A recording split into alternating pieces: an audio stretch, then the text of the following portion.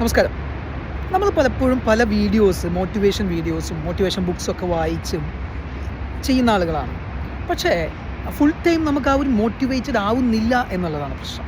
അതായത് നമ്മളത് വായിക്കുമ്പോഴോ അല്ലെങ്കിൽ ആ വീഡിയോ കാണുമ്പോഴോ നമ്മൾ വളരെ ഓക്കെ ഞാനത് ചെയ്യാൻ പോകുന്നു, ഗ്രേറ്റ്, ഞാൻ ഇപ്പോൾ അത് ചെയ്യും എന്നൊക്കെ തോന്നും. ഒരു പോസിറ്റീവ് എനർജി വരും.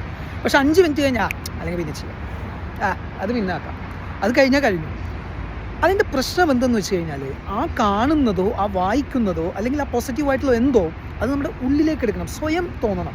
അല്ലാതെ ഒരാൾ പറയുന്നത് കേട്ടിട്ട് നമ്മളങ്ങനെ ആയി മാറണമെന്നില്ല. ഇപ്പോൾ നമ്മളിപ്പോൾ സംസാരിക്കുന്നതൊക്കെ നിങ്ങൾ ചിലപ്പോൾ കേൾക്കുമ്പോൾ തോന്നും അത് കറക്റ്റാണല്ലോ എന്ന് ആ സമയത്ത് തോന്നിയതുകൊണ്ട് കാര്യമില്ല.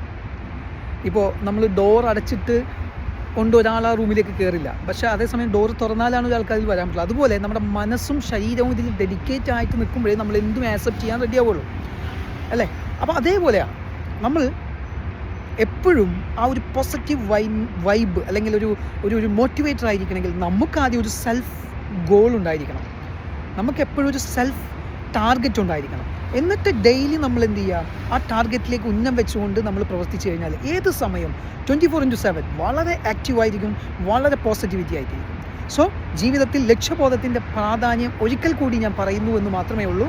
എപ്പോഴും ഒരു ഫോക്കസ്ഡ് ആയിരിക്കുക, ഒരു ടാർഗറ്റ് ഉണ്ടായിരിക്കുക. So always be positive and enjoy the life. Take care, by.